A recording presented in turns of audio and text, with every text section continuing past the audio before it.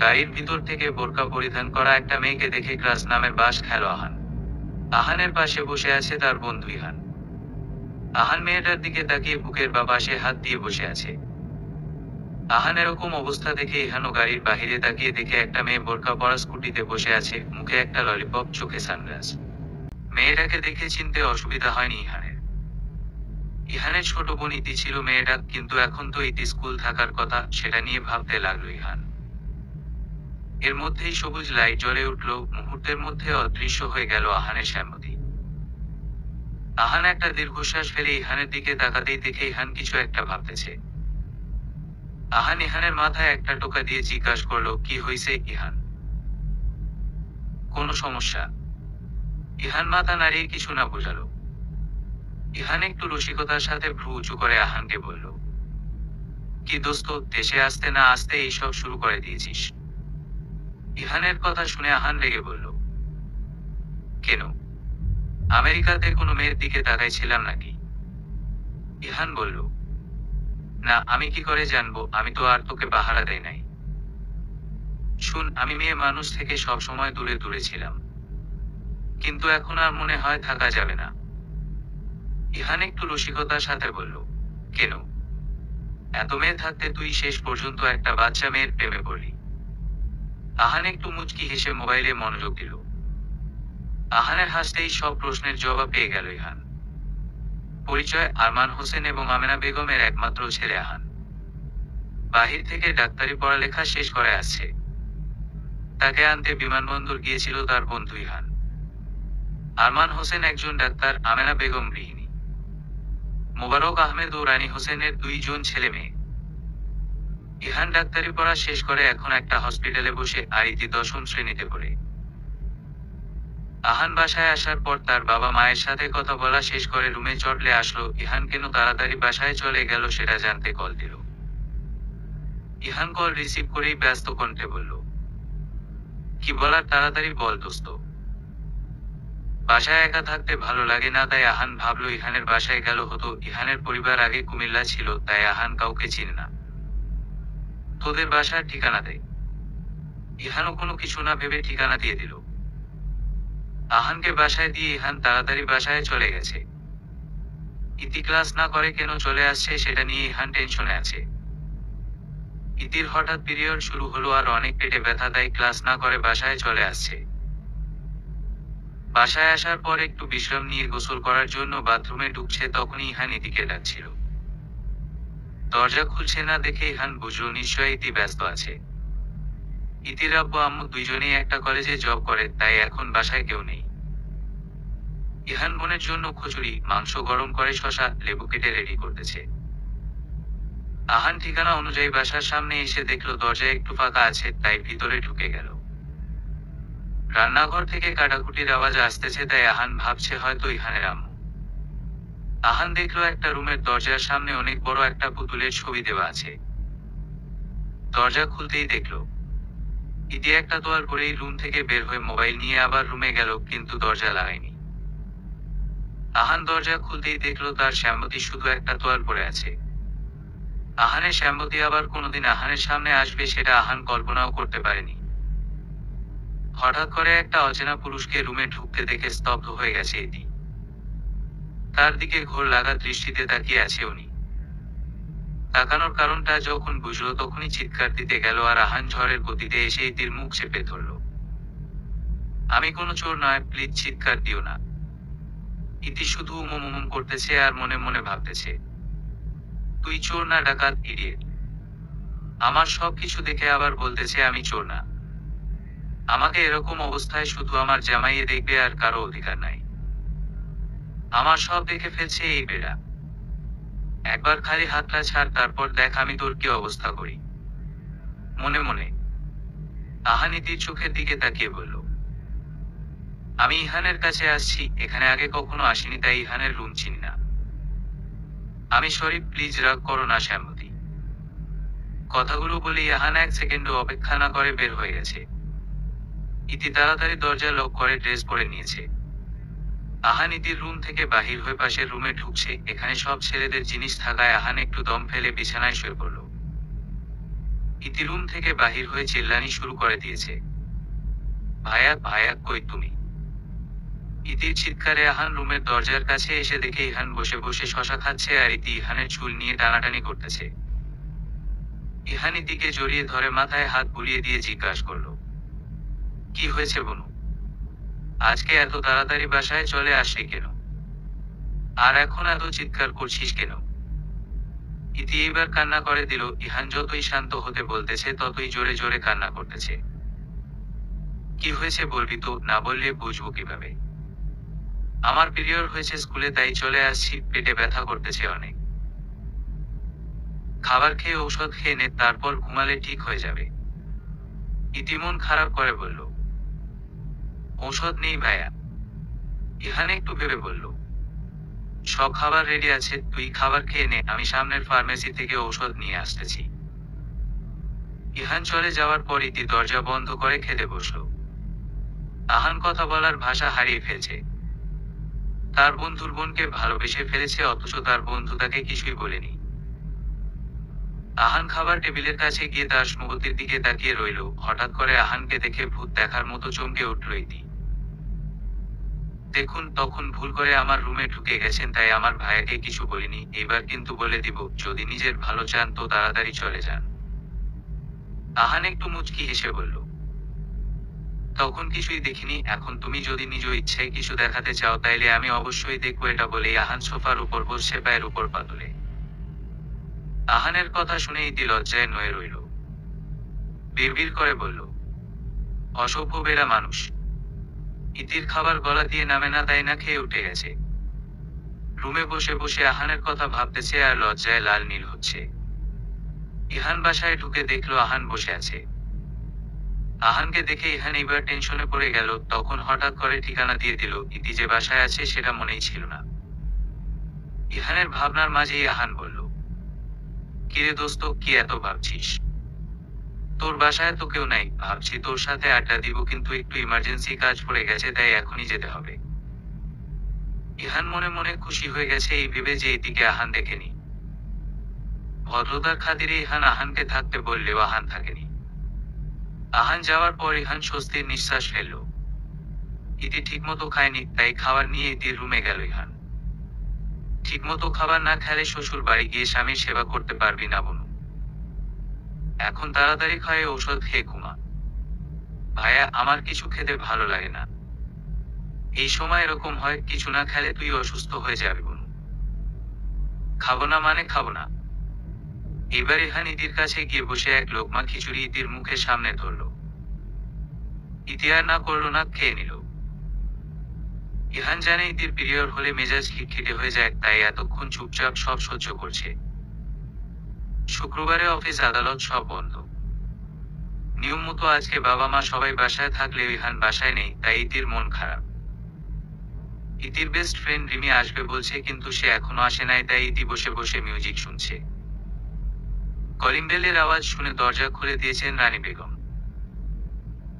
সালাম দিয়ে জিজ্ঞাসা করলেন, আপনাদের তো চিনতে পারলাম না। আমেনা বেগম একটু মুচকি হেসে উত্তর দিলেন, আমরা কালকে রাতে আপনাদের সাথে কথা বলছি, আজকে আসবো বলছি। রানী বেগম অনেক খুশি হলেন এবং সবাইকে ভিতরে নিয়ে গেলেন। সকাল থেকে অনেক আইটেমের নাস্তা তৈরি করছেন উনি। ছেলে ইহানের বেস্ট ফ্রেন্ড আর ফ্যামিলিও ভালো। ইতি পড়ালেখায় এত ভালো না, আর স্কুল অনেক দূরে। আহানের বাসার কাছাকাছি ইতির স্কুল। আহান হাসপাতাল যাওয়ার সময় ইতিকে স্কুল দিয়ে যেতে পারবে, আবার আসার সময় নিয়ে আসতে পারবে। এইসব কিছু ভেবেই মোবারক আহমেদ আর রানী বেগম রাজি হয়েছে। আজকে তারা সামনাসামনি সব কথা বলবে। রিমি মাত্র বাসায় ঢুকছে, এত মানুষ দেখে কিছুটা অপ্রস্তুত হয়ে গেছে। সবাইকে সালাম দিয়ে ইতির রুমে চলে আসছে। রানী বেগম মেয়ের রুমে একটা গোলাপি কালার শাড়ি হাতে নিয়ে ঢুকছেন। এটা দেখে ইতি মনে মনে ভাবল, ঈশ্বর, আজকে সূর্য কোন দিক থেকে উঠছে সেটা একটু দেখা দরকার ছিল। যে আম্মুর কাছে 1000 বার শাড়ি চাইলেও দেয় না, সে আম্মু আজকে কেমনে শাড়ি নিয়ে আসলো। আমি তো আজকে ভাবছি চুরি করে একটা শাড়ি পরে রিমির সাথে ঘুরতে যাব। সেটা কি আম্মু জেনে গেল নাকি? ইতির ভাবনার মধ্যে এক বালতি পানি ঢেলে ইতির আম্মু বলল, এইদিকে আয়, তোকে শাড়ি পরিয়ে নিয়ে যেতে হবে। সবাইকে সালাম দিয়ে দাঁড়িয়ে থাকিস, বসতে বললে তারপর বসিস। ইতির এখন খুশিতে নাচতে ইচ্ছা করতেছে, কিন্তু মায়ের সামনে নাচতে গেলে এখন 2-3টা থাপ্পড় খেতে হবে, তার চাইতে ভালো চুপচাপ থাকা। মেয়ের ভাবসাব রানী বেগম ভালোই বুঝতে পারছেন, তাই শাড়ি পরাতে পরাতে বললেন, ছেলে ডাক্তার, বিয়ে হলে পড়ালেখা ছেড়ে দিবেন সেই চিন্তা মাথায় না আনলেই ভালো হবে। ইতি মনে মনে বলল, ছেলে ডাক্তার হোক নইলে ইঞ্জিনিয়ার, তাতে আমার কি, 2 দিনেই সোজা করে ফেলবো। রানী বেগম শাড়ি পরিয়ে হালকা একটু লিপস্টিক দিয়ে ইতিকে নিয়ে গেলেন। রিমি অনেক বুঝিয়ে ইতির আম্মুকে পাঠিয়ে দিয়েছে। রিমি সবার সাথে মিশতে পারে না, আজকে ইতি অনেকবার বলছে তাই শাড়ি পরে আসছে। এখনই শাড়ির বেহাল অবস্থা, ঠিক মতো হাঁটাই যায় না। সবার মাসানে যাওয়ার পর যদি শাড়ি খুলে যায়, তাই ইতির সাথে না গিয়ে রুমে বসে রইল। ইতিকে আহানের পাশে বসিয়ে আমেনা বেগম অনেক কথা বলেছে। ইতি চুপ করে বসে রয়েছে। তার পাশে যে হবু বর বসে রয়েছে সেদিকে তার কোনো খেয়াল নাই। বর যেই হোক না কেন, তার এখন একটাই চিন্তা, বিয়ে করে পড়ালেখাকে টোটা বাই বাই করা। ইহান বাসায় ঢুকে এরকম পরিবেশ দেখে অনেক অবাক। পড়ে আহানের কাছ থেকে সব জেনে নেওয়া যাবে। আহান ছেলে হিসাবে ভালো, ইতি আহানের কাছেও সুখে থাকবে, এই ভেবে সবার সামনে আর কিছু জিজ্ঞাসা করেনি। সবাইকে সালাম দিয়ে তার রুমে চলে গেছে। ইহান ফ্রেশ হয়ে এসে দেখে বিছানার মধ্যে চকলেট আছে। প্রতিদিন ইহান ইতির জন্য চকলেট আনে, আজকে সবার মাঝখানে বসে রয়েছে বিদায় চকলেট নিতে আসেনি, তা না হলে এতক্ষণে খাওয়া হয়ে যেত। রিমির শাড়ির আঁচলের অংশটা এলোমেলো হয়ে আছে, তাই সেটাই ঠিক করতেছিল, তখনই ইহান রুমে ঢুকছে। রিমি ওইদিকে ফিরতে গেলে পায়ের সাথে সব কুচি খুলে যায়। চকলেটগুলো ইতির রুমে রাখতে এসে রিমিকে এই অবস্থায় দেখবে সেটা কল্পনাতেও ছিল না।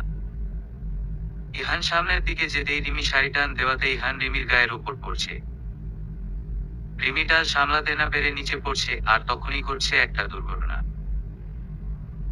ইহান রিমিকে আগে থেকেই পছন্দ করত, তবে সিরিয়াস ছিল না। এখন চোখের সামনে রিমির সাদা পেটা আর অগোছালো শাড়ি দেখে নিজের মধ্যেই ছিল না। রিমির কাছে যাওয়ার সময় শাড়ির উপর পা ছিল, তখনই রিমি টান দিছে, তারপর ইহান রিমির উপর পড়ছে। দুইজন দুইজনের দিকে ঘোর লাগা দৃষ্টিতে তাকিয়ে আছে। ইহানের যদিও কোনো হুঁশ নেই, তবে রিমির অবস্থা বেঁচে থেকেও মরার মতো। 70 কেজি ওজনের পুরুষ যদি 40 কেজি ওজনের মেয়ের উপর থাকে, তাহলে তো সে এমনি কোমায় চলে যাবে। ইহান তার 2 হাত দিয়ে রিমির হাত চেপে ধরে ঠোঁটে ঠোঁট মিলিয়ে দিয়েছে।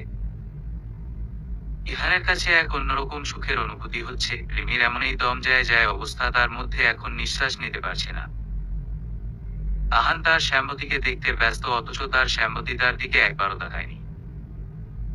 সবাই সবার মতো করে কথা বলতেছে। ইহানও রুম থেকে এখনো আসতেছে না। আহানের কাছে খুব বিরক্ত লাগতেছে। আহান সবার থেকে এতটুকু দূরে দাঁড়িয়ে ইহানের নাম্বারে কল দিল। হঠাৎ মোবাইলের আওয়াজে ইহানের হুঁশ আসছে। তাড়াতাড়ি করে রিমির উপর থেকে উঠে গেছে। যে লোক কল করছে তাকে রিমি ফেরেশতা মনে করে, না হলে রিমি মরেই যাইত। রিমি চোখ বন্ধ অবস্থায় বলল, আপনি কি পড়ালেখা না করেই ডাক্তার হয়েছেন? কোনো বিবেক বুদ্ধি নেই কেন আপনার? এমনিতেই আপনার চাপে চ্যাপ্টা হয়ে গেছি। তার মধ্যে নিঃশ্বাস বন্ধ করে দিলেন। ইহান মনে মনে নিজের উপরেই নিজে রাগ দেখাচ্ছে। ছি ছি ছি, শেষ পর্যন্ত এই পিচ্ছি মেয়ের সামনেই নিজেকে কন্ট্রোল করতে পারলাম না। রিমি মনে মনে কি ভাবছে কি জানে। আর আমার কি দোষ? সামনে যদি এরকম হতারা চিহ্নট সুন্দরী মেয়ে থাকে, তাহলে কন্ট্রোল না থাকার কথা। ইহান রিমির দিকে তাকিয়ে দেখে রিমি এখনো নিচে শুয়ে আছে। কালো রঙের ব্লাউজ পরা, ফর্সা শরীরে কালো রং খুব মানিয়েছে।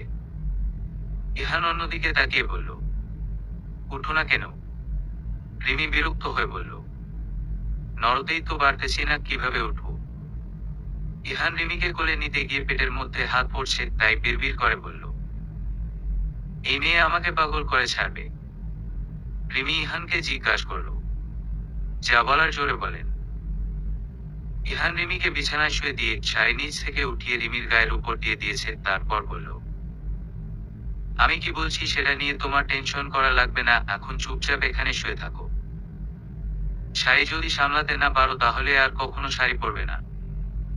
বলে ইহান বাহিরে চলে গেল। মোবাইল নিয়ে দেখলো আহানের কল ছিল, তাই আহানের কাছে গেল। আহান তো ইহানকে দেখেই মনে হয় ভূত দেখার মতো চমকে গেল। দোস্ত তোর ঠোঁটে লিপস্টিক, তাড়াতাড়ি মুছে ফেল, না হলে মান সম্মান সব শেষ। ইহান পকেট থেকে টিস্যু বের করে তাড়াতাড়ি ঠোঁট মুছে ফেলছে। এখন আহান তো তাকে ছেড়ে কথা বলবে না, কি জবাব দিবে সেটাই চিন্তার বিষয়। ইহানের ভাবনার মাঝে আহান বলে উঠলে, দোস্ত আজ তোর খবর আছে। প্রথমত তুই যে তোর বোন সেটা বলিসনি আমায়, দ্বিতীয়ত তুই লুকিয়ে চুপে প্রেম করস সেটাও আমাকে বলিসনি। আহান একটু থেমে আবার বলে উঠল, 1 মিনিট, তুই যখন বাসায় আসলি তখন তো ঠিক ছিলি, আর এখন তো ইতির ফ্রেন্ড ছাড়া বাসায় অন্য কেউ নাই, তুই আমাকে এখানে একা বসিয়ে রেখে এতক্ষণ পর্যন্ত ওই পিচ্চি মেয়ের সাথে রোমাঞ্চ করলি। ইহান মাথা নিচু করে বলল, দোস্ত বিশ্বাস কর প্লিজ, আমার সাথে রিমির কোনো রিলেশন নাই। এখন জাস্ট একটা অ্যাক্সিডেন্ট হয়েছে, এর বেশি কিছু না। আর ওই মেয়ে মোটেও পিচ্ছি না, যথেষ্ট বড় হয়েছে। আহান একটু রসিকতার সাথে বলল, আমি যখন তোর বোনের পছন্দ করছি তখন কি বললি যে সে বাচ্চা মেয়ে, আর এখন নিজের বেলায় সব ঠিক। তাদের কথার মধ্যে আরমান হোসেনের জরুরি একটা কল আসছে হাসপাতাল থেকে, তাই তাড়াতাড়ি আংটি পরানোর কাজটা শেষ করতে বললেন। আহান তার শ্যামবতীর হাতে গোল্ডে লাভ শেপের একটা আংটি পরিয়ে দিল। আহানের শ্যামবতী তার দিকে একবারও তাকায়নি, সেজন্যই আহান খুশি। বলা তো যায় না আহানকে দেখলে আবার কি থেকে কি বলে। বিয়ের দিন তারিখ সব ঠিক করে আহানের পরিবার চলে গেল। 2 সপ্তাহ পরেই বিয়ে, এখন থেকে কাজ শুরু করতে হবে, সব ঠিক করতে হবে, এইসব নিয়ে বসে বসে সবাই কথা বলতেছে, তাই ইতি উঠে তার রুমে চলে গেল। ইতি রুমে গিয়ে রিমিকে দেখে তো অবাক। কিরে, তোর শাড়ির অবস্থা এত ভালো কেন? মজা নিস না বইন, আমি শাড়ি সামলাতে পারি না। এখন তোর একটা টপস আর জিন্স দে। তোরে দিয়ে কি হবে সেটা আমার ভালোই জানা আছে। সারা জীবন জিন্স শার্ট পরে তুই এখন পর্যন্ত সামান্য একটা 3 পিস পরেই থাকতে পারস না, শাড়ি তো পরের ব্যাপার। রিমি ইতিকে রেগে বলল, আমি অভিশাপ দিচ্ছি, তোর জামাই তোরে শার্ট প্যান্ট পরাইব, তোর জামাই তোরে বোরকা পরাইব। রিমি মজা করে বলল, তোর জামাই তোরে জামা কাপড়ও কিনে দিবে না। এটা বলে ইতির হাত থেকে ড্রেস নিয়ে ওয়াশরুমে ঢুকে গেছে। ইতি আর রিমি নিচে নেমে দেখে ইহান সোফার মধ্যে বসে রয়েছে। তাই ইতি ইহানকে বলল রিমিকে বাসায় দিয়ে আসতে। রিমি প্রথমে না করলেও পরে ইতির জোড়াজুড়িতে আসতে হলো। ইতি এখন শুধু আফসোস করতেছে, তখন একবার হলেও ছেলেটার নাম্বার নেওয়া উচিত ছিল। তাহলে এই 2 সপ্তাহ পড়ালেখা বাদ দিয়ে তার সাথে কথা বলতো। ইতিরাগ দেখিয়ে মনে মনে আহানকে বকা দিতে লাগলো। শালা ইডিয়েট, আমার না হয় মনে ছিল না, আর মনে থাকলেও বলতে পারতাম না, কারণ সবার সামনে একটু লজ্জা লজ্জা ভাব নিয়ে বসে থাকতে হয়। আমার কপালে কেন এই আনুমানিক পোলা জুটছে আল্লাহ ভালো জানে। ইহান রিমিকে নিয়ে একটা নির্জন জায়গায় গিয়ে গাড়ি রাখছে। আকস্মিক ঘটে যাওয়া দুপুরের ঘটনায় এতক্ষণ পর্যন্ত লজ্জায় কেউ কারোর সাথে কথা বলেনি। রিমি জিজ্ঞাসু দৃষ্টিতে ইহানের দিকে তাকিয়ে আছে। ইহান গাড়ির সাথে দাঁড়িয়ে রিমিকে ইশারা করল। রিমি ইহানের কাছ থেকে এক হাত দূরে দাঁড়িয়ে রইল। এটা দেখে ইহানের মেজাজ খারাপ হয়ে গেল, তারপরও কিছু না বলে অন্যদিকে ফিরে বলল, আজকের জন্য সরি, প্লিজ তুমি কাউকে কিছু বলো না। এটাকে একটা অ্যাক্সিডেন্ট ভেবে ভুলে যাও। রিমি ইহানের কথা শুনে অবাক হয়ে গেল, কাছে এসে ছুঁয়ে দিয়ে এখন বলতেছে ভুলে যেতে, এটা কিভাবে সম্ভব? এসব ভাবতেই রিমির চোখে পানি চলে আসছে। রিমি অন্যদিকে ফিরে চোখের পানি মুছে বলল, মেয়েদের কাছে গিয়ে ছুঁয়ে দিয়ে ভুলে যেতে বলা, এইসব কি আপনার চারিত্রিক অভ্যাস? ইহান মনে মনে ভাবল, আমি তো তোমাকে ভালোবাসি প্রেয়সী, কিন্তু তুমি বড়লোক বাবা মায়ের একমাত্র সন্তান। তোমাকে ভালোবাসার সামর্থ্য তো আমার নাই, তাই যা হয়েছে সব ভুলে যেতে বলছি। রিমির চোখে পানি দেখে ইহান রিমিকে হেঁচকা টানে বুকের মধ্যে এনে নরম সুরে জিজ্ঞাসা করছে, তুমি কি চাও আমি সারা জীবন তোমায় ছুঁয়ে দেই? রিমি এখন লজ্জায় ইহানের বুকে মুখ গুজল। ইহান রিমির মুখটা উপরে তুলে বলল, তুমি আমায় ভালোবাসো। রিমি আগে থেকে ইহানকে ভালোবাসতো, যতবার ইতির সাথে তাদের বাসায় গিয়েছিল ততবার ইহানকে দেখে ক্রাশ খেত। এখন যখন ইহান নিজে থেকে জিজ্ঞাসা করছে তাহলে তো বলতেই হবে, তাই রিমি মিনমিন সুরে হুম বলে ইহানকে শক্ত করে জড়িয়ে ধরল। ইহান রিমিকে নিজের থেকে সরিয়ে তার হাত দুটো নিজের হাতের মধ্যে নিয়ে বলল, প্লিজ রিমি, একটু বোঝার চেষ্টা করো, তোমার ফ্যামিলি কখনো আমাদের রিলেশন মানবে না। রিমি আবার রেহানকে জড়িয়ে ধরে বলল, চলেন আমরা বিয়ে করে ফেলি, তারপর কেউ আমাদের ব্যাপারে জানলেও কিছু করতে পারবে না। প্রেয়সী বুকের মধ্যে থাকলে এক অন্যরকম সুখ অনুভূত হয়। এই সুখ সারা জীবনের জন্য উপেক্ষা করার সাধ্য তার নেই। তাই রিমিকে বলল, শিউর তো? রিমি হুম বলে গাড়িতে গিয়ে বসল। ইহান তার 3জন ফ্রেন্ডকে কাজী অফিস আসতে বলে গাড়িতে গিয়ে বসল। আহানা 1 সপ্তাহ চট্টগ্রাম থাকবে, বিয়ের আগে অনেক কাজ থাকে, চট্টগ্রাম থেকে এসে ইতির শাড়ি গহনা কিনতে পারবে না ঠিক মতো। তাই ইতিদের বাসা থেকে সোজা মার্কেটে চলে আসছে আমেনা বেগমকে সাথে নিয়ে। মেহেন্দি অনুষ্ঠানের জন্য আহান ইতির জন্য লালবারের সাদা শাড়ি আর নিজের জন্য একটা সাদা রঙের পাঞ্জাবি নিয়েছে। গায়ে হলুদের জন্য হলুদ সবুজ মিশ্রণের শাড়ি আর পাঞ্জাবি নিয়েছে। বিয়ের জন্য লাল লেহেঙ্গা আর শেরওয়ানি নিয়েছে। রিসেপশন অনুষ্ঠানের জন্য নীল রঙের লেহেঙ্গা আর শেরওয়ানি নিয়েছে। এতক্ষণ পর্যন্ত যত কিছু নিয়েছে সবগুলো ইতি পছন্দ করে দিয়েছে। ইতির আম্মুর কাছে কল দিয়ে কথা বলার পর ইতির কাছে মোবাইল দেওয়ার জন্য বলছে আহান। তারপর থেকে পছন্দ মতো অনেক ড্রেসের ছবি পাঠানোর পর ইতি চয়েস করে দিয়েছে। যেই ড্রেসগুলো সবসময় ইতি বাসায় পরবে সেগুলো আহান নিজে পছন্দ করে নিবে। প্রথম ব্যাগে 30টা শাড়ি, ব্লাউজ, পেটিকোট নিয়েছে। 15টা শাড়ি বাসায় পরার জন্য আর বাকি 15টার মধ্যে কিছু জর্জেটের আবার কিছু জামদানি শাড়ি নিয়েছে। শাড়ির সাথে ম্যাচিং করে 30টা হিজাবও নিয়েছে। আহান নিজের জন্য অনেক কিছু নিয়েছে, তবে সব শার্ট, টি শার্ট তার শ্যামবতীর শাড়ির সাথে ম্যাচিং করে কিনল। কয়েক রকমের জুতা, 5টা থ্রি পিস, 5টা স্কার্ট, 3টা কালো বোরকা, 5টা হিজাব, লিপস্টিক, কয়েক ধরনের প্রসাধনী, মোবাইল, সবকিছু কিনে ব্যাগ ঠিক করছে আহান। তারপর আবার গেল গোল্ডের দোকানে, সব রকমের কেনাকাটা শেষ করে বাসায় ফিরে ফ্রেশ হয়ে ঘুমিয়ে গেল, কারণ তারপর দিন সকালে চট্টগ্রাম যেতে হবে।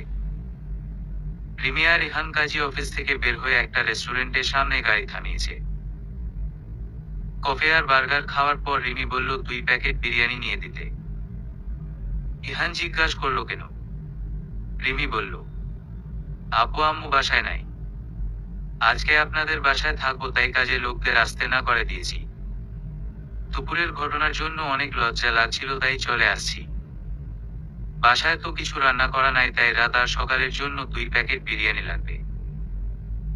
ইহান একটু ভেবে বলল, তুমি বাসায় একা থাকতে পারবা নাকি আমিও যাব তোমার সাথে? আপনি থাকলে তো ভালোই হয়, আমি বাসায় একা কখনো থাকিনি। ইহান 4 প্যাকেট বিরিয়ানি নিয়ে দিছে রিমিকে।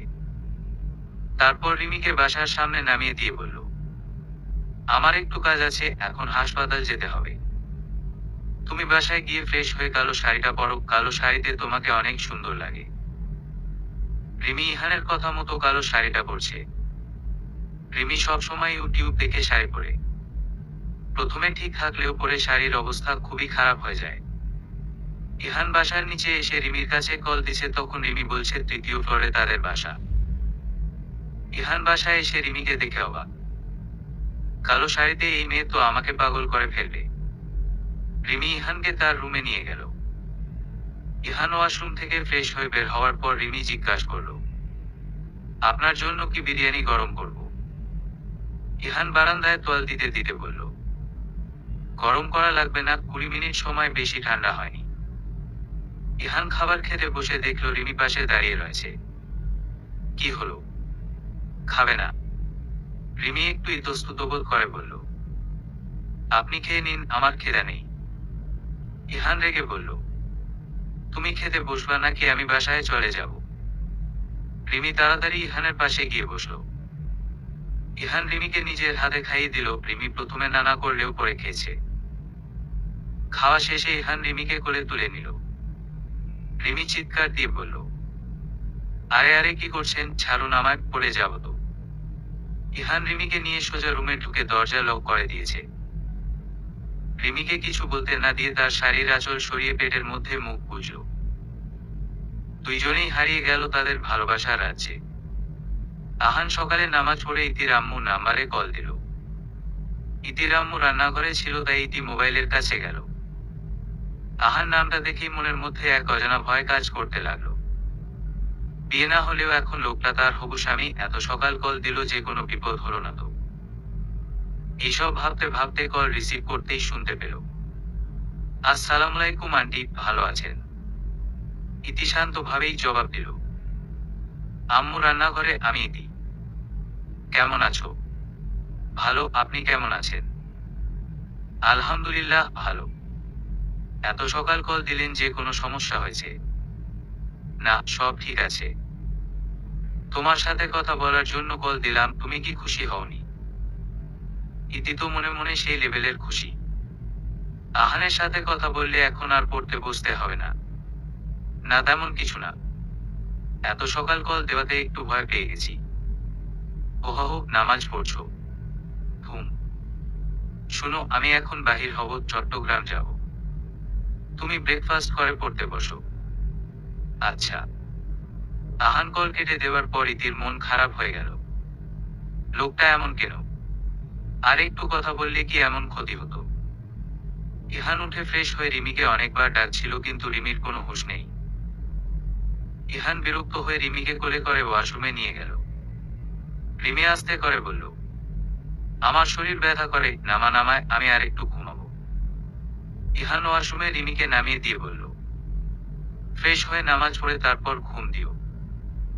রিমি ফ্রেশ হয়ে নামাজ পড়ে দেখলো ইহান রেডি হয়ে আছে। রিমি বিছানায় বসতে বসতে বলল, আপনি এখনই চলে যাবেন? কিছু খাবেন না? ইহান রিমিকে বলল, বেডশিট পরিবর্তন করো, আর এইখানে ঔষধ রাখা আছে, খেয়ে নেও। আজকে স্কুল যাবে। রিমি মাথা নাড়িয়ে না বোঝানোর পর ইহান রুম থেকে বের হয়ে গেছে। কি মনে করে আবার রুমে এসে রিমির কপালে একটা ভালোবাসার পরশ এঁকে দিয়ে বলল, একটা কথা বলি, রাগ করো না প্লিজ। তুমি এখন থেকে এইসব ড্রেস আপ পরিবর্তন করো। তোমার সব সৌন্দর্য দেখার অধিকার শুধু আমার। এই 2 দিন বাসায় রেস্ট নেওয়ার, কলার দেওয়া জামা পরো, না হলে আমার ভালোবাসার চিহ্নগুলো সবাই দেখবে। কথাগুলো বলে ইহান চলে গেল। রিমি ঔষধ দেখেই বুঝলো এইগুলা কিসের ঔষধ। এখন ঔষধ খেলে তো ফ্যামিলি কখনোই মানবে না। তাই রিমি ঔষধ খেল না। সময় নদীর স্রোতের মতো প্রবাহিত হয়। এই 2 সপ্তাহ খুব ভালোভাবেই মিটে গেল। রিমি 2 দিন পর থেকে নিয়মিত ইতির সাথে স্কুলে গেছে। আহানও চট্টগ্রাম থেকে এসে বিয়ের সকল ডেকোরেশন কমপ্লিট করছে। ইতির সাথে আহানের শুধু একদিন কথা হয়েছে, তারপর আর কথা হয়নি। আহানের কাজের চাপ ছিল অনেক, তাই কথা বলা হয়ে ওঠেনি। ইহান প্রতিদিন রাত 10টার পর কল দিয়ে কথা বলে, আবার ফজরের পর কল দিয়ে নামাজ পড়তে উঠায় রিমিকে।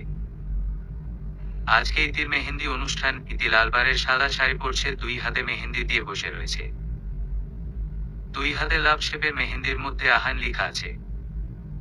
রিমিকে একটা সাদা হলুদ কম্বিনেশনের শাড়ি পরিয়ে দিয়েছে ইহান। রিমির জন্য ইহান শাড়ি, কসমেটিক্স সব নিয়ে দিছে।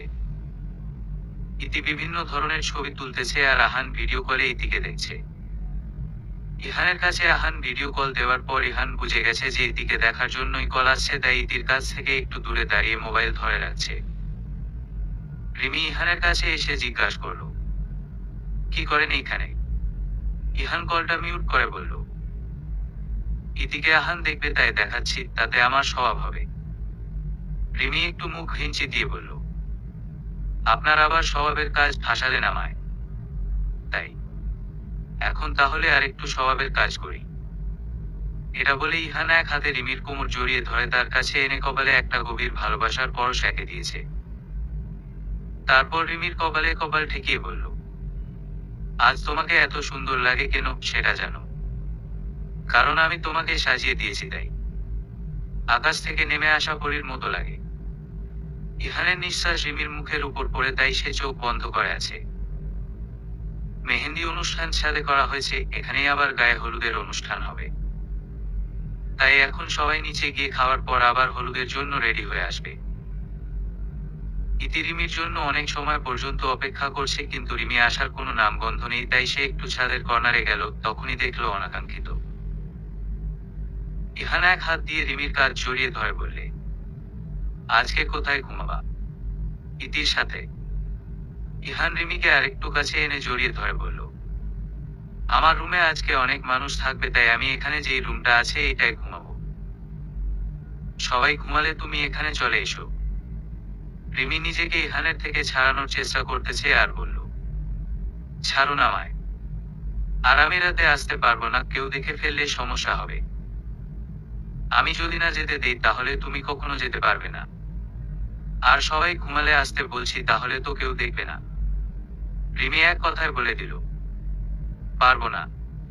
কি বলছো? আবার বলো। পারবো না, পারবো না, পারবো। রিমিকে আর কিছু বলতে না দিয়ে তার ঠোঁট দখল করে নিল ইহান। ইতিকে মোবাইলের দিকে আসতে দেখে আহান কল কেটে দিল। ইতি রিমি আর ইহানের রোমান্টিক সিন দেখে ভায়া বলে জোরে এক চিৎকার দিল। বিয়ে হচ্ছে আমার, অথচ রোমাঞ্চ করো তোমরা, কাহিনী কি? কোনো কাহিনী নেই, আমার কোনো দোষ নেই। রিমি রোমাঞ্চ কি সেটাই বুঝে না, তাই তাকে শেখাচ্ছি। এটা বলেই আর এক মুহূর্ত দেরি না করে নিচে নেমে গেল ইহান। ইতি রিমির দিকে তাকিয়ে দেখে সে লজ্জায় মাথা নিচু করে রাখছে। তাই ইতি আর কথা বেশি বলল না, বেশ ভালোই বোঝা যাচ্ছে তাদের মধ্যে রিলেশন আছে। গায়ে হলুদের অনুষ্ঠানও ভালোভাবে মিটে গেল, তবে ইতিকে আহান কল দিয়ে বলছে কয়টা ছবি দিতে, তাই ইতিও সুন্দর করে অনেকগুলো ছবি তুলে দিল। কালকে ইতি বউ সেজে অন্য কারো বাড়িতে যাবে, অন্য কারো সাথে ঘুমাবে, কালকে থেকে এক অচেনা পুরুষের সাথে মৃত্যু পর্যন্ত থাকতে হবে, অথচ সেই অচেনা পুরুষকে একবারও দেখেনি ইতি। এসব ভাবতে ভাবতেই ঘুমিয়ে পড়ল ইতি। ইতি ঘুমানোর পর রিমি ছাদে চলে আসছে। ইহান ছাদে দাঁড়িয়ে রিমির জন্যই অপেক্ষা করছিল। রিমিকে দেখেই মুচকি হাসি দিয়ে বলল, কে জানি বললো আসবে না, অথচ এখন ঠিকই চলে আসছে। রিমি ইহানকে শক্ত করে জড়িয়ে ধরে বলল, ভালোবাসি ডাক্তার সাহেব। ইহান রিমির কপালে একটা গভীর চুমু দিয়ে বলল, আমিও আপনাকে ভালোবাসি প্রেয়সী। শুনেন, কালকে অনেক কাজ আছে আর আপনাকে তো সব সময় কাছে পাবো না, তাই এখন একটু শান্তি দিবেন। রিমি লজ্জায় ইহানের বুকে মুখ লুকালো। ইহান রিমিকে কোলে নিয়ে রুমে চলে গেল। সকাল থেকে বাসায় মানুষের ধাক্কাধাক্কি, বিয়ে বাড়ি বলতে কথা। রাতে অনুষ্ঠানের জন্য ঘুমাতে দেরি হয়েছে, এখনো ঠিকমতো ঘুমাতে পারছে না, তাই ইতি ঘুম থেকে উঠে তার মায়ের কাছে গেল। রানী বেগম ইতিকে পরোটা আর ডিম দিয়ে খেতে বললেন। ইতি পরোটা খাচ্ছে আর মোবাইল দেখছে, তখনই আহানের নাম্বার থেকে কল আসলো। ইতি কল রিসিভ করে বলল, আসসালামু আলাইকুম, ভালো আছেন? হুম। একটা কিছু কথা বলার ছিল, মনোযোগ দিয়ে শুনো। আচ্ছা বলেন। আজকে তুমি শুধু নিজের মতো করে সাজবে, কোনো মেকআপ দিও না। তোমাকে মেকআপ না দিলেই বেশি সুন্দর লাগে। পার্লার থেকে লোক আসবে তো, যদি আমি কিছু না দেই তাহলে সবাই কি বলবে? আহান রেগে বলল, আমি এত কিছু জানি না, আমি যা বলি সেটাই করবা তুমি, আমার কথার বাহিরে যাতে কিছু না হয়। ইতি মনে মনে বলল, এতদিন তো সুন্দর করেই কথা বলছে, এখন আবার কি হলো? সকল নিয়ম কানুন শেষে বিয়ে সম্পন্ন হলো। ইতি ঘুমটার মধ্যে অনেকবার নিজের বরকে দেখতে চাইছে, কিন্তু পারেনি। তাই ভাবছে একদম বাসর ঘরেই বরের মুখ দেখবে। সবাই সবার মতো বাসায় চলে গেছে, আহানের বাবা মা নতুন বউ নিয়ে যাবে তাই বসে রয়েছে। ইতি তার আব্বু আম্মুকে ধরে অনেক কান্না করছে, চোখ মুখের বেহাল দশা। ইহানকে একবার দেখেনি ইতি, সবাই ইহানের নাম্বারে কল দিচ্ছে কিন্তু মোবাইল অফ করে রাখছে। রিমিকে পাঠিয়েছে ইহানের রুমে, ইহান বারান্দায় দাঁড়িয়ে চোখে জল ফেলছে। রিমি গিয়ে রেগে বলল, আপনার বোন চলে যাবে, আপনি তাকে সান্ত্বনা না নিজেই কান্না করতেছেন, কাহিনী কি? ইতি আপনার জন্য ওয়েট করতেছে, তাড়াতাড়ি। রিমির কথা শেষ না হতেই দেখলো ইহান চলে গেছে। রিমিও ইহানের পিছন পিছন গেল। ইহান এসে ইতিকে শক্ত করে ধরছে, দুই ভাই বোন একসাথেই কান্না করতেছে। ইহান ইতিকে আহানের হাতে তুলে দিয়ে বলল, তোকে আমি কখনো বন্ধু ভাবিনি, সব সময় ভাই মনে করতাম। আমার বোন এখনো অনেক ছোট, তাকে এই বয়সে কখনোই বিয়ে দিতাম না, তার সুবিধার কথা ভেবেই রাজি হয়েছি। যদি মানুষরা তুই ছাড়া অন্য কেউ হতো তাহলে আমার কলিজাকে এত সহজে কারো হাতে তুলে দিতাম না। আমার বোনকে সবসময় ভালো রাখিস, কখনো কষ্ট দিস না। ইহান ইতিকে অনেকবার বুঝিয়ে বলছে গাড়িতে গিয়ে বসতে, কিন্তু ইতি মানতে নারাজ। সে কিছুতেই যাবে না, তাই ইহান কোলে নিয়ে গাড়িতে বসিয়ে দিয়েছে। ইতি চিৎকার দিয়ে কান্না করছে, তার কান্না দেখে সকলের চোখেই জল চলে আসছে। রানী বেগম কান্না করতে করতে অজ্ঞান হয়ে গেছে, তাই ইহান তাকে বাসায় নিয়ে গেছে। ইতি গাড়িতে বসে জোরে জোরে কান্না করতেছে। আহান একটার পর একটা টিস্যু ইতির হাতে দিচ্ছে। 20 মিনিট পরেই গাড়ি এসে থামলো আহানদের বাসার সামনে। ইতিকে গাড়ি থেকে নামানোর পরেই অজ্ঞান হয়ে গেছে। আমেনা বেগম ইতিকে ধরে রেখেই আহানকে বলল ইতিকে বাসায় নিয়ে যেতে। সকালের মিষ্টি রোদের আলোয় ইতি ঘুম থেকে উঠছে। আশেপাশের পরিবেশ দেখে মনে মনে বলল, আমার তো কিছুই মনে নেই, আমাকে এখানে কে নিয়ে আসলো? এটা যে আহান সাহেবের রুম সেটা তো ভালোই বোঝা যাচ্ছে। আহান রুমে এসে দেখে ইতি কিছু ভাবছে, তাই বলল, এত কি ভাবছো? তোমাকে রুমে আমি নিয়ে আসছি। ইতি আহানকে দেখে 400 ভোল্টের শক খেল। লুইচ্ছা বেড়া, আপনি এখানে কি করছেন? আমার জামাই কই? আমার সাথেই তোমার বিয়ে হয়েছে, আর এটা আমার রুম, তুমি হইলা ভাড়াটিয়া, তাই গলা নিচু করে কথা বলো। কি? শেষ পর্যন্ত আপনার মতো একটা ছেলের সাথে আমার বিয়ে হলো। আহান মুচকি হেসে হুম বলে ওয়াশরুমে ঢুকে গেল। ইতি উঠে মোবাইল নিয়ে বারান্দায় চলে গেছে। ইহানের সাথে কথা বলা শেষ করে দেখে আহান রেডি হয়ে পায়ের উপর পা তুলে সোফার মধ্যে বসে রয়েছে। ইতিকে দেখে আহান বলল, আমি একটু বাহিরে যাব, কাজ আছে। তুমি ড্রেস পরিবর্তন করে রুমের সব গুছিয়ে রেখো। ইতি রেগে বলল, আমাকে কি আপনার কাজের লোক মনে হয়? আমি এসব করতে পারবো না। আপনাদের বাসায় তো কাজের লোকের অভাব নেই, তাদের বলেন রুম পরিষ্কার করতে। আমার রুমে আমি কাউকে আসতে দেই না। আগে আম্মু রুম পরিষ্কার করতো, এখন তুমি করবা। আমার কথার বাহিরে যদি কিছু করো তাহলে দেখবা আমি কি করি। কথাটা বলেই আহান চলে গেছে। ইতি একটা স্কার্ট নিয়ে ওয়াশরুমে গেল। আহানের বেডরুম অনেক বড়, তাই ইতির পাক্কা 1 ঘন্টা সময় লাগছে সব ঠিক করতে। ইতি নিচে যাওয়ার পর দেখলো সবাই নিচে বসে রয়েছে, আহানও আছে। আমেনা বেগম ইতিকে জিজ্ঞাসা করলেন, মা, তোর শরীর ঠিক আছে? হুম। তারপর সবাই মিলে ব্রেকফাস্ট করে আড্ডা দিল। আহান ইতিকে চোখের ইশারায় অনেকবার রুমে যেতে বলছে, কিন্তু ইতি তেরামি করে বসে রয়েছে। আহান সবার কাছ থেকে উঠে রুমে যাওয়ার সময় ইতির দিকে তাকিয়ে বলল, ইতি, একটু রুমে আসো তো। এখন না গেলে সবাই খারাপ ভাববে, তাই ইতি রুমে গেল। ইতি রুমে আসার পর আহান বলল, আমি যখন বাসায় থাকবো না তখন স্কার্ট 3 পিস পরো, এখন শাড়ি পরো। ইতি মিনমিন গলায় বলল, আমি তো শাড়ি পরতেই পারি না। আহান তার শার্টের সাথে ম্যাচিং করে একটা শাড়ি, ব্লাউজ, পেটিকোট নিয়ে ইতির হাতে দিয়ে বলল, যেগুলো পরার দরকার সেগুলো পরে আসো। আমি অপেক্ষা করতেছি।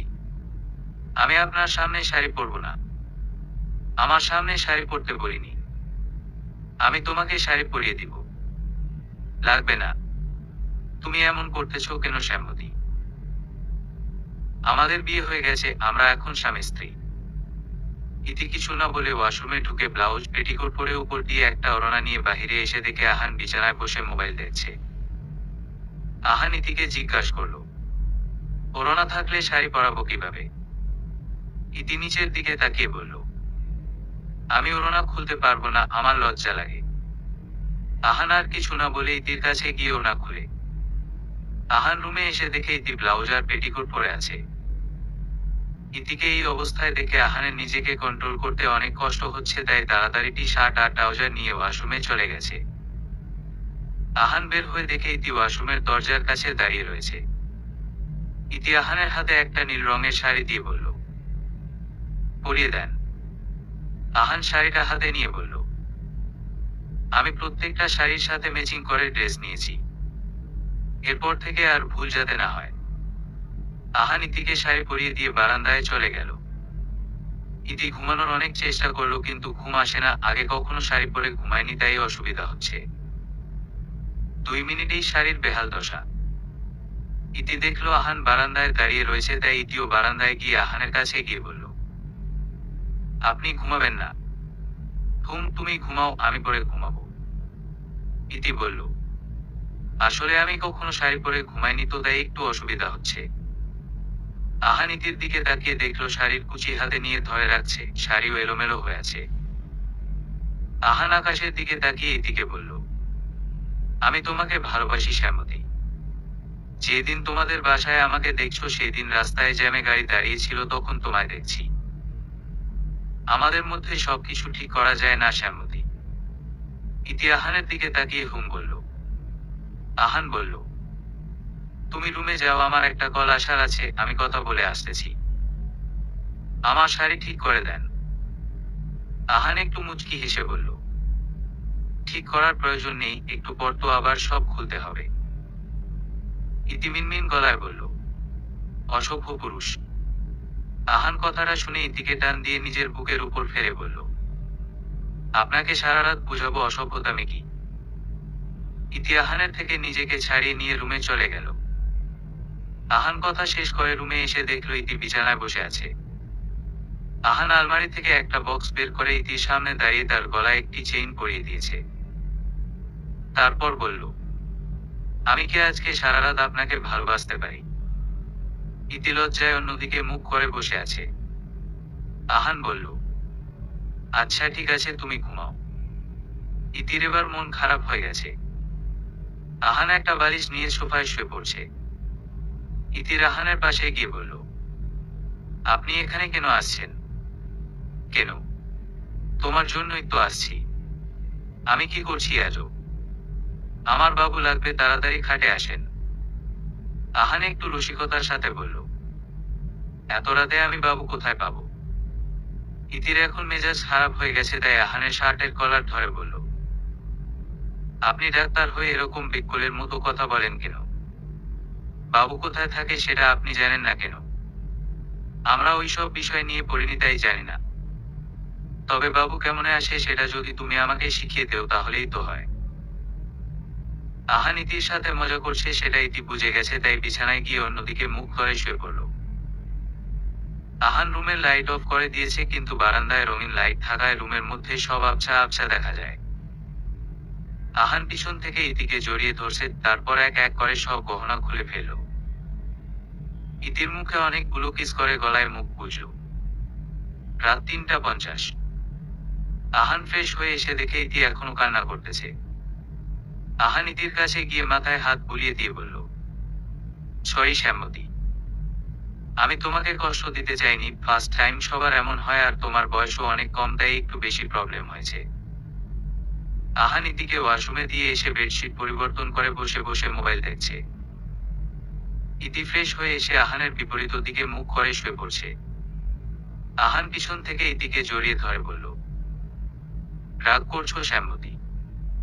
ইতি আহানের হাত ছাড়তে ছাড়তে বলল, ছাড়ুন আমায়, ঘুমাবো। আমাকে জড়িয়ে না ধরলে ঘুমাবো না। ইতি আহানের বুকে মাথা রেখে জড়িয়ে ধরল। আহান ইতির চুলে বিলি কাটতে কাটতে দেখলো ইতি ঘুমিয়ে আছে, তাই আহান ইতির কপালে একটা কিস করে ঘুমিয়ে গেল। সকাল 10:00। ইতি ঘুম থেকে উঠে ফ্রেশ হয়ে নিচে গিয়ে দেখে আমেনা বেগম দুপুরের রান্নার আয়োজন করতেছে। ইতি তার পাশে গিয়ে বলল, সরি মা, উঠতে অনেক লেট হয়ে গেছে। আমাকে ডাকেননি কেন? নতুন বিয়ে হলে এরকম একটু আধটু হয়। তুমি গিয়ে আহানকে ডাকো আর নাস্তা করে নিও। ইতি লজ্জায় মাথা নিচু করে ছোট করে বলে রুমে চলে গেল। ইতি আহানের পাশে বসে বলল, উঠুন, মা খেতে ডাকছে। তুমি যাও তো এখন থেকে, আমি এখন ঘুমাবো।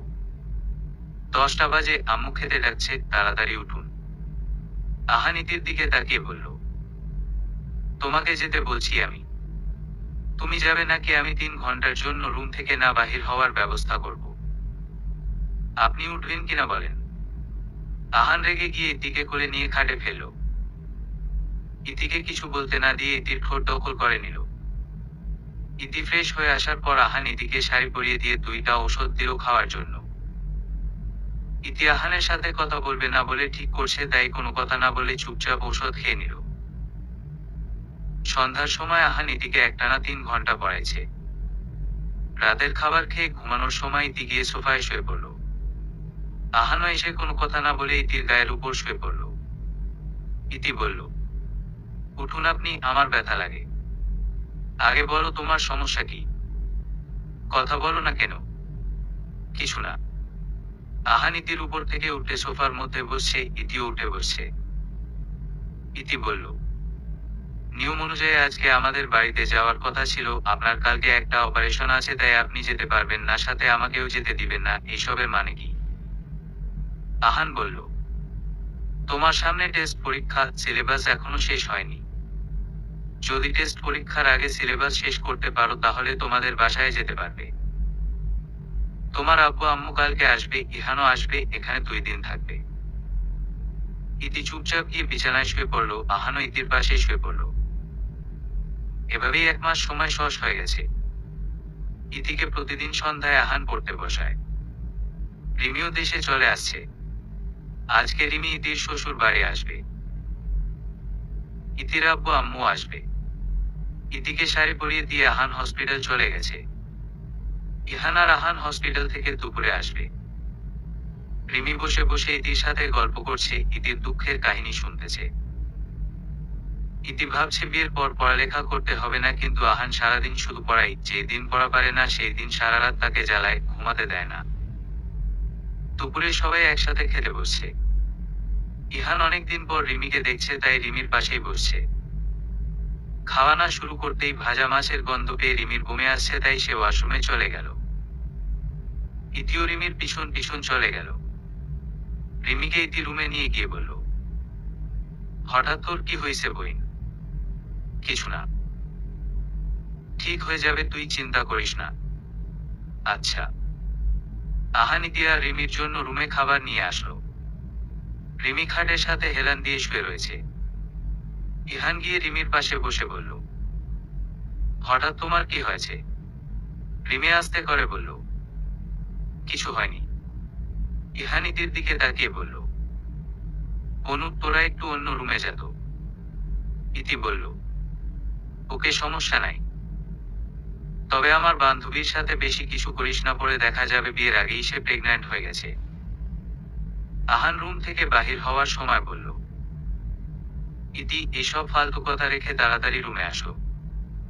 ইতি যাওয়ার পর ইহান গিয়ে রিমির পাশে বসলো।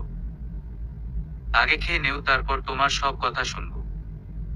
রিমি বলল, আমি কিছু খাবো না প্লিজ। এগুয়ার ঘ্রাণ নাকে আসলেই বমি আসে। হোয়াট? এখানে বমি আসার কে আছে? তুমি কি প্রেগন্যান্ট নাকি? রিমি চুপ করে রয়েছে। রিমিকে চুপ করে থাকতে দেখে কিছু একটা ভেবে বলল, লাস্টবার যখন আমার সাথে থাকছো ইতির বিয়ের সময়, তখন ঔষধ খাইছো। রিমি এখনো চুপ করে আছে। ইহানের মেজাজ অনেক গরম হয়ে গেছে, তাই রিমিকে কিছু না বলে ফার্মেসি থেকে একটা প্রেগন্যান্সি কিট এনে রিমিকে দিল। রিমি বসে বসে কান্না করতেছে। ইহিনের ধমক শুনে তাড়াতাড়ি করে ওয়াশরুমে চলে গেল। রিমি প্রেগন্যান্ট এটা সে আগে থেকেই বুঝে গেছে, কিন্তু ইহানকে কিছু বলার সাহস হয়ে ওঠেনি। এখন তো প্রেগন্যান্সি কিটের রেজাল্ট পজিটিভ আসছে। ইহানও কি জবাব দিবে সেটা নিয়ে ভাবছে রিমি। রিমির ভাবনার মাঝেই ইহিন দরজা ধাক্কাচ্ছে, তাড়াতাড়ি বাহির হতে বলছে। ইহান প্রেগন্যান্সি কিট হাতে নেওয়ার পর রিমিকে বলল, তুমি কি ঔষধ খাও নাই? রিমি আস্তে করে বলল, না। ইহান বলল, তুমি কি ইচ্ছা করে ঔষধ খেতে না? ফ্যামিলি মানবে না, তাই ঔষধ খায় নাই। ইহান আর কোনো কথা না বলে রিমির গালে জোরে একটা থাপ্পড় মারল। রিমি তাল সামলাতে না পেরে খাটে গিয়ে পড়ল, কিন্তু খাটের সাথে মাথায় আঘাত লেগে একটু কেটে রক্ত বের হচ্ছে। ইহান গিয়ে রিমিকে উঠিয়ে তার মুখ উপরে উঠিয়ে বলল, এই চোখে খোলো, চোখ বন্ধ করলে তোকে এইখানেই মেরে পুঁতে ফেলবো। রিমির চোখ দিয়ে শুধু পানি পড়ছে, চোখ পিটপিট করে ইহানের দিকে তাকাতেই দেখলো চোখ দিয়ে মনে হয় আগুন বের হচ্ছে। ইহানকে আগে কখনো এরকম রাখতে দেখেনি। ইহান রিমির মুখ চেপে ধরে বলল, এই তোকে কি পারমিশন দিয়েছি সন্তান আনার জন্য? তোর বয়স কত তুই সেটা জানিস? বেবি নিয়েছো ভালো কথা, এরপর যদি বেবির কিছু হয় তাহলে তোমায় একদম পুঁতে ফেলবো। ইহান আর কিছু না বলে রুম থেকে বের হয়ে চলে গেল। ইতি রিমির মুখে সবকিছু শুনে স্তব্ধ হয়ে বসে রয়েছে। আহান ইতি আর রিমিকে রেডি হতে বলে নিজের রুমে চলে গেল। রিমিকে নিয়ে আহান আর ইতি ডাক্তারের কাছে আসছে। তারা ফার্মেসি থেকে ঔষধ নিয়ে বাহির হওয়ার সময় দেখলো ইহান হসপিটাল থেকে বাহির হয়েছে। আহান ইহানকে নিয়ে গাড়িতে উঠলো, ইতি আর রিমিও পিছনে বসলো। ইতি রিমির আব্বু আম্মুকে কল দিয়ে তাদের বাসায় আসতে বলছে। ইতির কল কাটার পর ইহান বলল, এই তোকে এত ফাইজলামি করতে বলছি। তোর বান্ধবীর বাবুর খুব শখ হয়েছে তাই নিচে, তার মধ্যে তুই বাম হাত দেশ কেন? ইতি বলে, তুমি চুপ থাকো, আমার ভাবি আমি যা ইচ্ছা তাই করব। আর তুমি যদি বেবি সহ্য করতেই না পারো তাহলে বিয়ে করছো কেন? তোর মতো এক পাগলের কথা শুনে সেই দিন বিয়ে করছি। কিন্তু তখন তো আর জানতাম না এইভাবে আমাকে ফাঁসাবে। ইতি বলল, ওকে, আমার ভাবিকে আমার কাছে রাখবো, তোমাকে দিব না। ইহান বলল, আমার লাগবো না। রিমির বাবা মা সব শুনে রাগ করে চলে গেল, রিমির সাথে আর কোনো সম্পর্ক রাখবে না বলছে, রিমিকেও বলছে কোনো যোগাযোগ না রাখতে। রিমি ছাদের দোলনার মধ্যে বসে বসে কান্না করছে। ইতি এসে অনেকবার ডাকছে কিন্তু যায়নি। এখন আহান এসে ডেকে গেছে তাই চলে গেছে। ইহান রুমের দরজা লক করে রাখছে, আহান অনেকবার ডাকছে কিন্তু খোলেনি। তাই আহান রিমিকে ইতির কাছে থাকতে বলে সে অন্য রুমে চলে গেছে। ইহান সব কাজ শেষ করে দেখলো 1টা বেজে গেছে। এখন একটু পানি খাওয়া প্রয়োজন, তাই ইহান দরজা খুলে কিচেন রুমে গেল। যখন ইতি ছিল তখন ঘুমানোর আগে পানি এনে রেখে যেত। ইতি চলে যাওয়ার পর থেকে ইহান প্রতিদিন রাতে রুম থেকে বাহির হয় পানি খাওয়ার জন্য। ইহান পানি খেয়ে কিচেন রুম থেকে বাহির হওয়ার সময় দেখলো ড্রয়িং রুমের পাশে যে বেসিন সেখানে রিমি বমি করতেছে। রিমি হাত মুখ হয়ে গিয়ে সোফায় পেটে হাত দিয়ে বসে পড়ল, চোখ থেকে অনর্গল পানি পড়তেছে। ইহান রিমির পাশে বসে বলল, কি হয়েছে? তুমি এখানে কি করছো? আর তুমি ঔষধ খাও নাই, এত বমি করতেছো কেন? রিমি চোখের পানি মুছে বলল, কিছু না। এটা বলেই রিমি চলে গেল। ইহান গিয়ে রিমিকে কোলে তুলে নিয়ে রুমের মধ্যে ঢুকে দরজা লক করে দিল। ইহান অনেকবার রিমিকে বলছে খাটে এসে ঘুমাতে, কিন্তু রিমি সোফায় বসে রয়েছে। তাই ইহান রিমির পাশে বসে জিজ্ঞাসা করল, তুমি কি চাও, সত্যি করে বলো তো? আপনার সাথে কথা বলতে চাই না। আমার আর বেবির দায়িত্ব আমি একাই নিতে পারবো। সরি, রাগের মাথায় তোমায় অনেক কিছু বলে ফেলছি। তোমার বয়স অনেক কম, এখন বেবি নেওয়ার রিস্ক, তাই আমার মাথা গরম হয়ে গেছে। রিমিকে চুপ করে থাকতে দেখে ইহান রিমির কপালে ব্যান্ডেজ করা জায়গায় একটা কিস করে বলল, আজকে তুমি অসুস্থ তাই বেঁচে গেলা, না হলে খবর ছিল আজকে। বুঝছি। ইহান রিমিকে বুকের উপর শুইয়ে দিয়ে বলল, এখন ঘুমাও। বিয়ের পর থেকে একদিনও ইতিকে ছাড়া ঘুমায়নি আহান। এখন একা একা ঘুমাতে ভাল লাগছে না, তাই উঠে চলে গেল ইতির রুমে। রুমে গিয়ে যা দেখলো তার জন্য মোটেও প্রস্তুত ছিল না আহান। ইতি বাসায় সব সময় টি শার্ট আর প্লাজো পরে ঘুমাতো, কিন্তু বিয়ের পর আহানের সাথে ঘুমাতো তাই আর এইসব পরতো না। সকাল হলে যেই অবস্থায় থাকে সেটা আহান দেখলে মান সম্মান শেষ। আজকে আহান অন্য রুমে ঘুমাবে, তাই ইতি একটা শর্ট টি শার্ট আর প্লাজো পরে ঘুমিয়ে গেছে। আহান রুমে এসে দেখে ইতির টি শার্ট উপরে উঠে বুকের কিছু অংশ দেখা যায়, প্লাজো হাঁটুর উপরে উঠে আছে। ইতিকে এই অবস্থায় দেখে আহান নিজের মধ্যে নাই। আহান গিয়ে ইতির সারা মুখে কিস করলো, তারপর ঠোঁটে ঠোঁট বসায় দিল।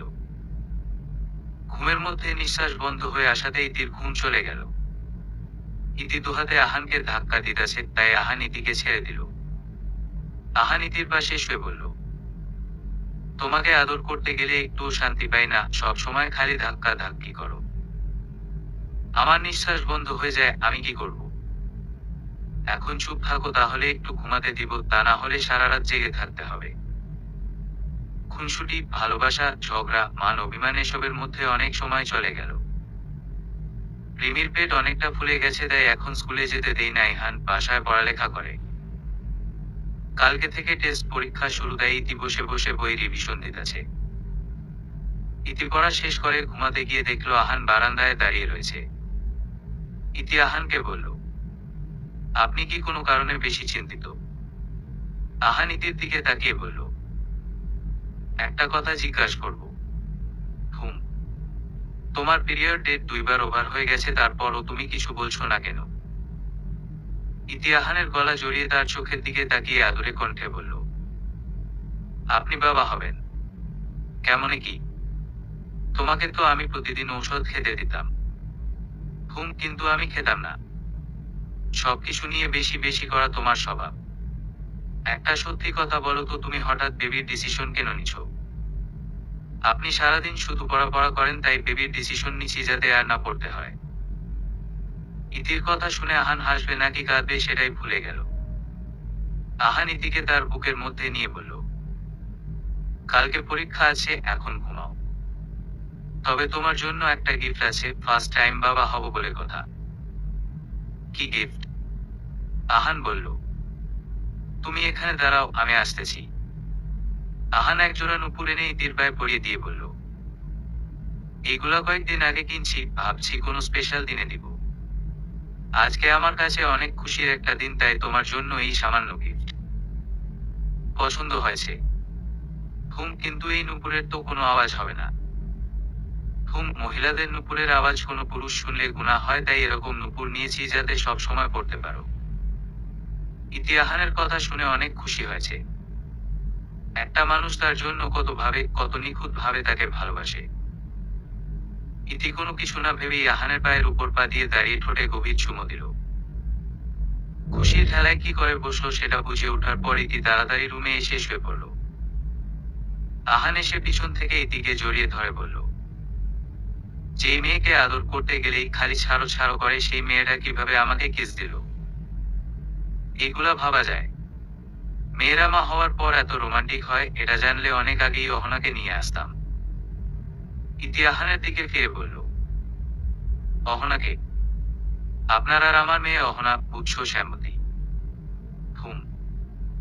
আজকে রিমির পেটে ব্যথা উঠছে, তাই রিমিকে হসপিটাল নিয়ে আসা হয়েছে। ইহিনের একটা অপারেশন থাকায় তাকে কেউ জানাতে পারেনি। নর্মালি রিমির ছেলে হয়েছে, তবে অনেক ব্লাডের দরকার। রিমির এখনো জ্ঞান ফেরেনি।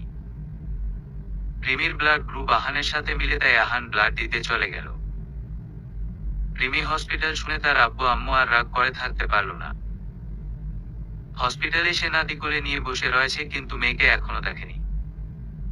ইতি তার আম্মুর মোবাইলে ভিডিও কলে ইহানের ছেলেকে দেখছে। রিমির জ্ঞান ফেরার পর পাশে বসে থাকতে দেখল ইহানকে। ইহান চোখের ইশারায় অপর পাশে তাকাতে বলল। রিমি ছেলেকে কোলে নিয়ে অনেকগুলো চুমো দিল। রিমির এসব পাগলামি দেখে ইহান রাগ দেখিয়ে রিমিকে বলল, তুমি এখনো ভালো করে সুস্থ হওনি। ছেলেকে এখন এইদিকে দেও, ভুলেও না। আপনার তো বেবি লাগবে না, এই ছেলের জন্য আমাকে কত কথা বলছেন, আমার গায়ে হাত তুলছ। সব ভুলে গেছ? না, ভুলিনি। ছেলের নাম ঠিক করছো। রিমি বলল, আমি কি জানি, যার ছেলে সে ভালো বুঝবে। ইহান মনে মনে বলল, আসলেই মহিলা মানুষের সাথে কথা বলে পার পাওয়া যায় না। কেন যে বিয়ে করতে গেলাম। রিহান রাখলে কেমন হয়? ভালো তো। সবাই রিহানকে নিয়ে ব্যস্ত থাকার মধ্যে একটা খারাপ খবর আসলো। ইতিপরে গিয়ে ব্যথা পাইছে, তাকে নিয়ে আহানের আব্বু আম্মু হসপিটাল আসছে। অপারেশন রুমে নিয়ে গেছে ইতিকে। আহান শেষ একবার ইতিকে দেখে আসলো। মুহূর্তের মধ্যে সব খুশি শেষ হয়ে সবার চোখে পানি চলে আসলো। আহান নামাজ পড়ছে আর আল্লাহর কাছে স্ত্রী সন্তানের জন্য সাহায্য চাইছে। ডক্টর অপারেশন রুম থেকে বাহির হয়ে বলল, ওনার অবস্থা খুব ক্রিটিক্যাল মিস্টার আহান, আপনি বলেন আমরা কাকে বাঁচাবো? দুইজনের অবস্থায় আশঙ্কাজনক, যে কোনো একজনকে বাঁচাতে হবে। তবে আপনার স্ত্রী সন্তান নেওয়ার জন্য পরিপূর্ণ ছিল না, ওনার বয়স কম ছিল। এরপর উনি বেবি কনসিভ না করার সম্ভাবনা 90%। আপনি একজন ডক্টর হয়ে এই ভুল কিভাবে করলেন?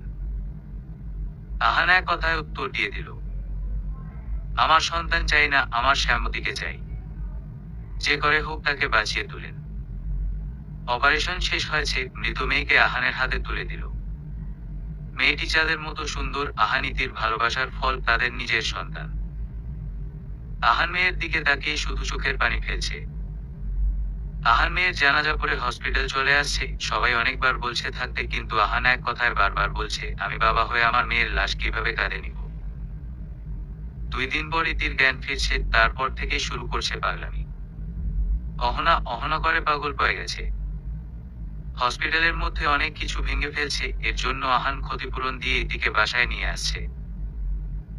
বসায় আসার পর থেকে চিৎকার দিয়ে কান্না করতে করতে জ্ঞান হারিয়ে ফেলছে। আহান ইতির জন্য ইউটিউব দেখে বিরিয়ানি রান্না করে রুমে নিয়ে গেল। আহান ইতির কাছে গিয়ে বলল, আল্লাহ চাইলে সব হবে। এখন অহনাকে এই পৃথিবীতে আসতে হলে তো তোমায় সুস্থ থাকতে হবে শ্যামতী।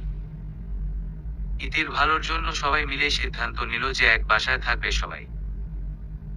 রিমিদের বাসা অনেক বড়, তৃতীয় ফ্লোরে 12টি রুম আছে। সবাই একসাথে থাকার পর থেকে ইতি কিছুটা স্বাভাবিক হয়েছে, রিহানকে নিয়ে সারাদিন সময় চলে যায়। আজকে রিহানের 5ম জন্মদিন, যা জমুকভাবে পালনের পর যখন সব মেহমান চলে গেল তখনই আহান একটা খুশির খবর দিল। ইতি আবার মা হবে, এটা শুনে সবাই অনেক খুশি হয়েছে। রিহান রিমির কাছে জিজ্ঞাসা করল, মাম্মাম তোমরা সবাই এত খুশি কেন? তখন আহান বলল, আপনার একটা বোন আসবে। রিহান বলল, বোন আসার তো দরকার নাই, আমার আদর কমে যাবে। রাতেই ইতি আকাশের চাঁদের দিকে তাকিয়ে আহানকে বলল, আমার মেয়েটা আপনার মতোই সুন্দর হবে। আমি চাই তোমার মতো শ্যামতী হোক। আপনি কিভাবে জানেন মেয়ে হবে? এই 5 বছর আল্লাহর কাছে শুধু একটা জিনিসই চাইছি, যে আমার একটা মেয়ে হোক তোমার মতো। ইতি আহানকে জড়িয়ে ধরে বলল, ভালোবাসি আপনাকে অনেক বেশি। আচ্ছা, আপনি এত সুন্দর সুন্দর মেয়ে থাকতে আমায় কেন পছন্দ করছেন? জানি না, তবে সব মেয়ের মধ্যে শুধু তোমার দিকেই চোখ আটকে গেল। তোমার মধ্যে অদ্ভুত মায়া আছে, যার জন্য তোমার জন্য এত পাগল আমি। সমাপ্ত।